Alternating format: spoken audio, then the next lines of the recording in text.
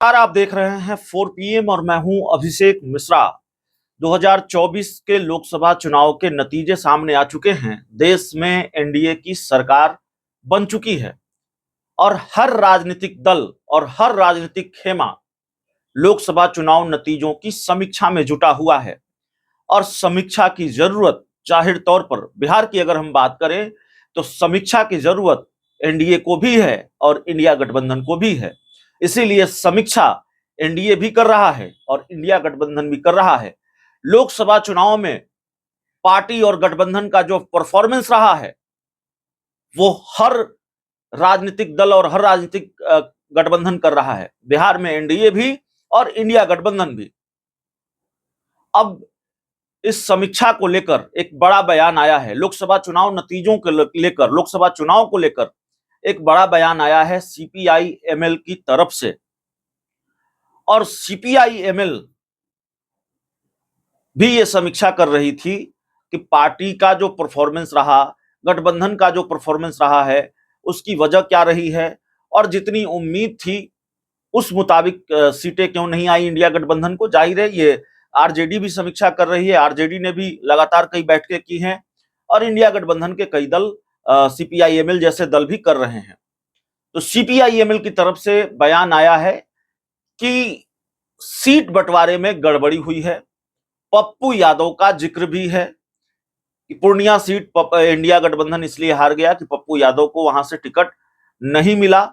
कई तरह की बातें सीपीआईएमएल के राष्ट्रीय महासचिव दीपांकर भट्टाचार्य ने कही है।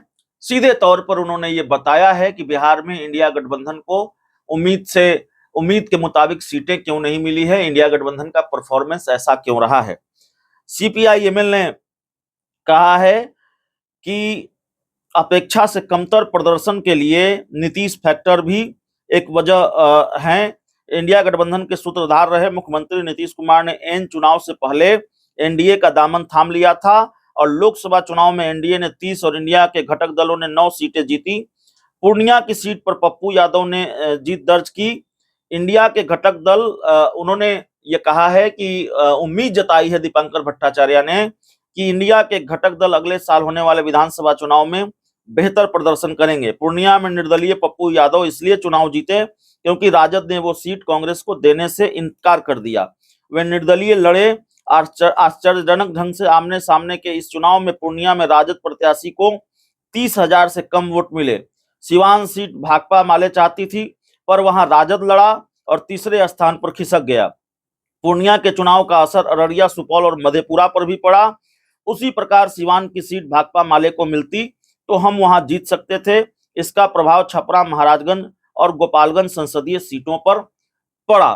तो सीधे तौर पर दीपांकर भट्टाचार्य ने यह बात कही है कि एक सीट पर फैसला लेने में अगर गलती हुई, मसलन अगर सिवान सीट भाकपा माले चाहती थी और सिवान सीट आरजेडी लड़ी, भाकपा माले को वो सीट नहीं दी गई, तो एक सीट पर अगर गलत फैसला हुआ या एक सीट अगर नहीं दिया गया सीपीआईएमएल को तो उसका असर कई सीटों पर पड़ा और कई सीटों का नुकसान उठाना पड़ा इंडिया गठबंधन को। सिवान सीट अगर नहीं मिली भाकपा माले को तो महाराजगंज की सीट पर नुकसान उठाना पड़ा, इसी सारण सीट पर नुकसान उठाना पड़ा, इसी तरह कई सीटों पर नुकसान उठाना पड़ा।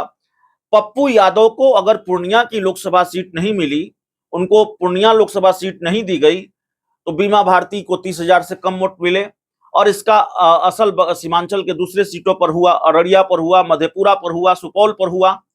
तो इसका नुकसान उठाना पड़ा इंडिया गठबंधन को। तो सीधे तौर पर दीपांकर भट्टाचार्य ने बहुत नाराजगी तो लालू तेजस्वी को लेकर नहीं जताई है, लेकिन इशारों इशारों में उन्होंने ये जरूर कहा है कि लालू तेजस्वी से सीट बंटवारे को लेकर फैसला लेने में देरी हुई है या चूक हुई है। देरी नहीं, चूक हुई है।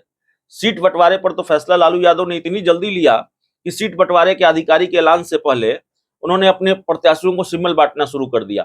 तो देरी नहीं हुई है लेकिन चूक हुई है, दीपांकर भट्टाचार्य ने यह कहा है। हालांकि उन्होंने ये उम्मीद जताई है कि आगे जो विधानसभा के चुनाव है, आगे जो भी चुनाव है उसमें इंडिया गठबंधन बेहतर प्रदर्शन करेगा।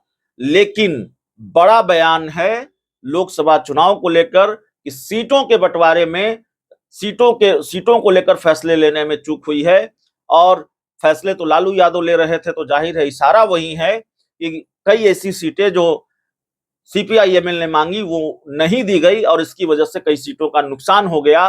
पप्पू यादव को पूर्णिया की सीट नहीं दी गई, इसकी वजह से कई सीटों का नुकसान हो गया। बहुत बहुत धन्यवाद।